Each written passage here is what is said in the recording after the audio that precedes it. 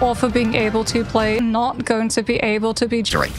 Is that God of Thunder going to be able to find value in being able to take down Lapsus mid-dash of the Eternal Bond? Out comes the invisible boundary paired up with it. They're all slowed. They're not going to be able to cleanly escape. However, OG Seed have so much sustainability, and the Eternal Bond is able to come on through.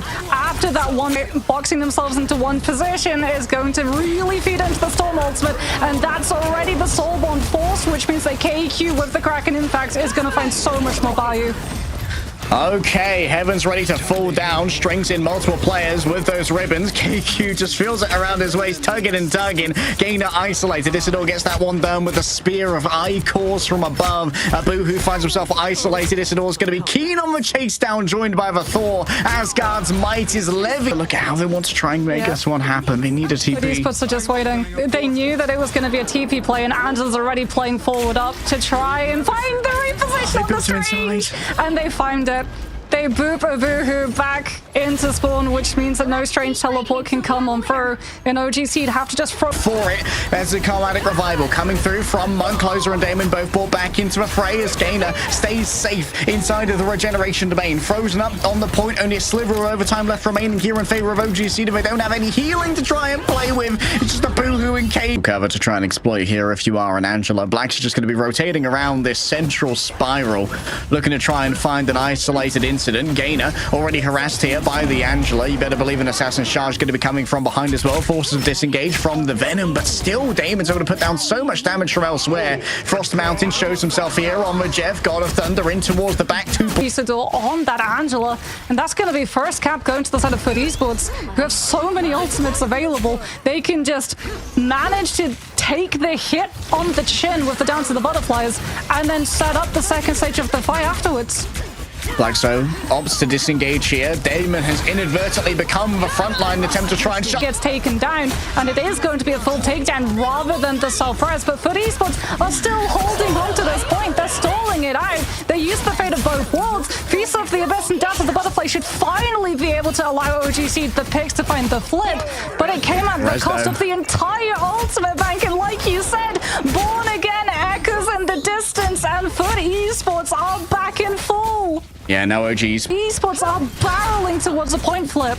A preemptive God of Thunder to make sure that Jeff couldn't survive. Neither the ticks nor the impact. Lapsus Atilas once again under so much pressure. Assassin's Charge does go wide, but the damage might well already be done. Frost Mountain returns to the fore with the pentagram. The Pharrell Boo, who tried to seduce but was shut down. Left swiped in record time. A Feast of the Abyss blocked out by...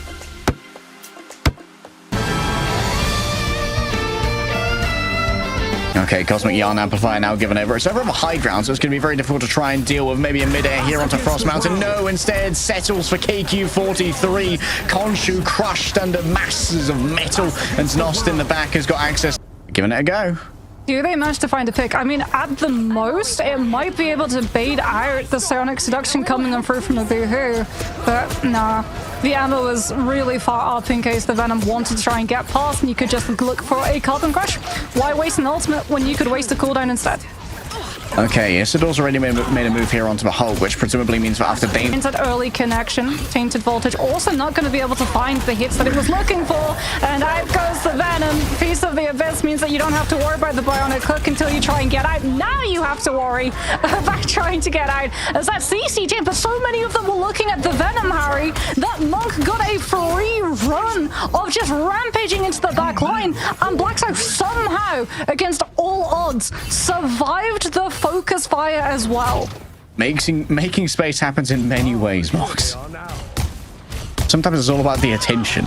And this means Monk now has a Dancer of Butterflies. Aura, so the resets are going to be hard to make it by. Isidore able to disengage, and even Znost is given over a bubble here by Damon, who still has that backline approach with the Meteor M available. Multiple players weakened. No final blows found off the back of all of these Vanguard ultimates being leveraged, and inside of the Eternal Bond, OG Seed should finally be able to find their victory and their forward progress.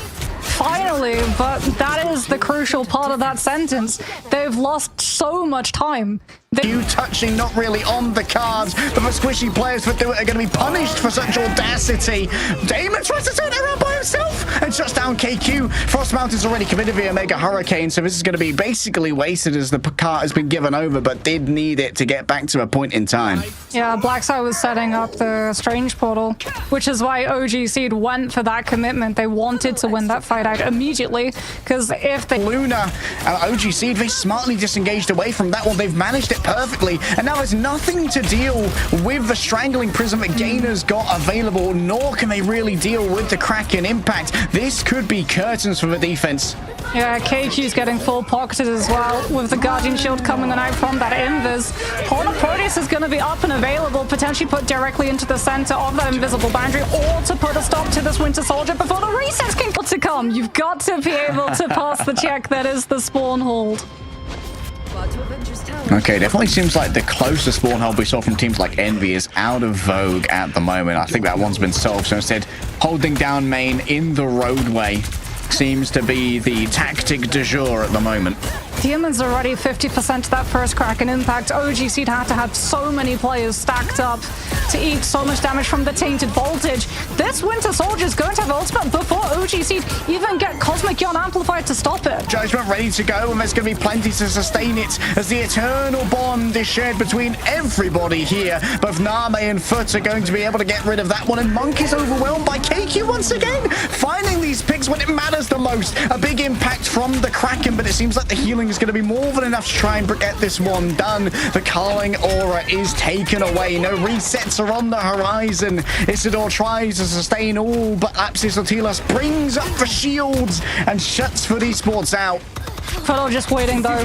They need to wait out in Viz Boundary and then come through a final judgment. It's going to be up to Monk and KQ43. They either find all of the value of this Punisher ultimate, or the Magneto shuts it.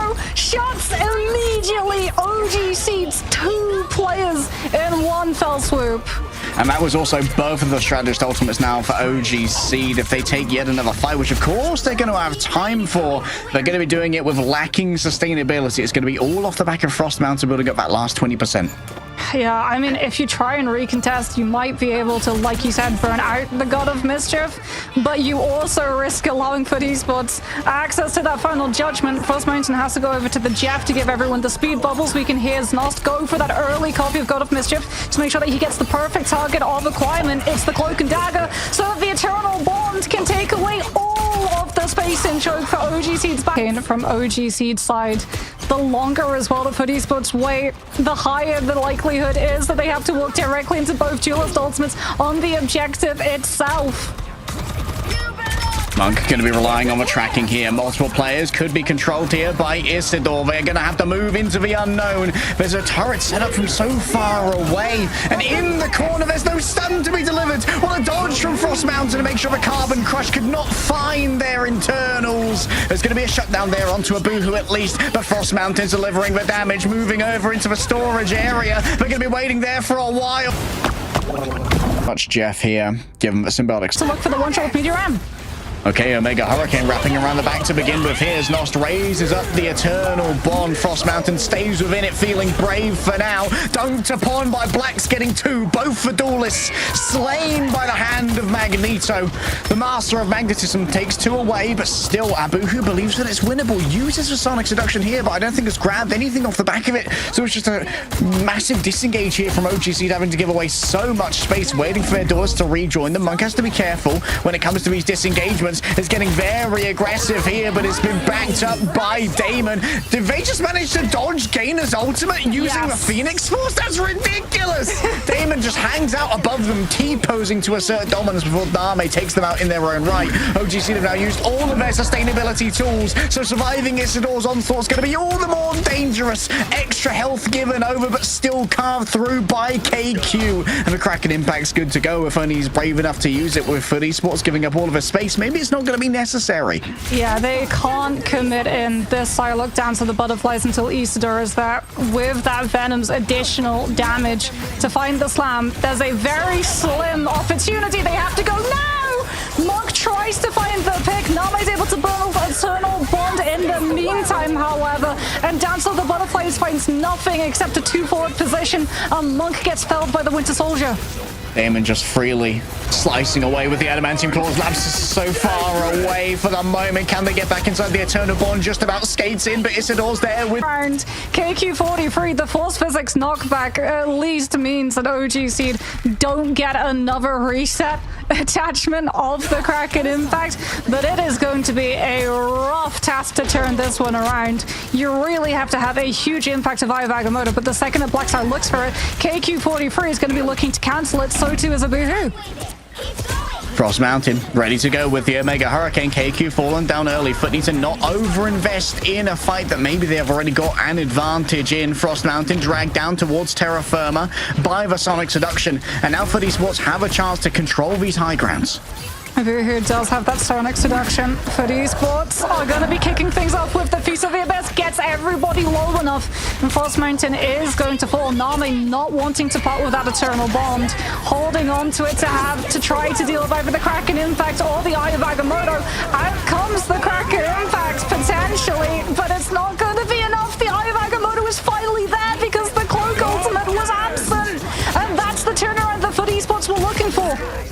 Eternal Bond is gone. Frost Mountain still popping off. Gainer from downtown. The Spore Bomb, the Kobe. Just give LeBron the spores. FUT Esports, they throw so much into that and they have nothing to show for it. They've got Dance of the Butterflies. They're so close as well to a Fate of Both Worlds to try and deal with KQ43. This is an absolute race between those two players. And KQ43 finds the pick. Monk, the one of the ultimates, removed from the fight. That was the most important player. Closer was so close as well. 7% away, falls down to a Boohoo who's just tearing through FUT Esports. OG Seed finally start to see a return on investment. They looked for the grassroots, but the grass is certainly greener right now. FUT Esports slain in our first Map 3 banger. If it was the backline that impressed for the defense from OG Seed, it's the duelists that really impressed in those aggressive plays. KQ43, every single time that we talked about him needing to find a pick against one person who had that turning point ultimate for FUT Esports, he came through almost 2 seconds after we talked about it being necessary. Oh, there's a Psylocke with Dance of the Butterflies. They're so close to having Fate of Both Worlds up. If the Psylocke ultimate comes on through before that's available, they're going to have to invest things like the Kraken Impacts just to try and find the pick potential to have those damages coming out onto FUT Esports, potentially sacrifice the backline in the meantime. But he finds the pick while Monk is mid-setup to come in from the off angle, off of the space created by Islam from Isidore, just off of pressure from Bucky and neutral alone. What a clutch from Frost Mountain as well, just playing Storm in the neutral. We don't see many teams that are just like playing Storm for the love of the game, you know? Like we see Storm to break the 3-3 quite often, but going up against regular compositions, it seems like Frost Mountain is fairly unique in their... They just love the Storm to begin with, and they've done so well to shut them down. Storm was more like a reactionary damage boost whenever the dive comes on through, because we talk so much about, you know, the value of Cap versus Venom, right? Cap has the potential of blocking so much more damage in comparison to Venom, who tries to live and sustain in those dives longer off of his shields, and also having the mobility of being able to come in and out. But what then if you add in a new component, which I really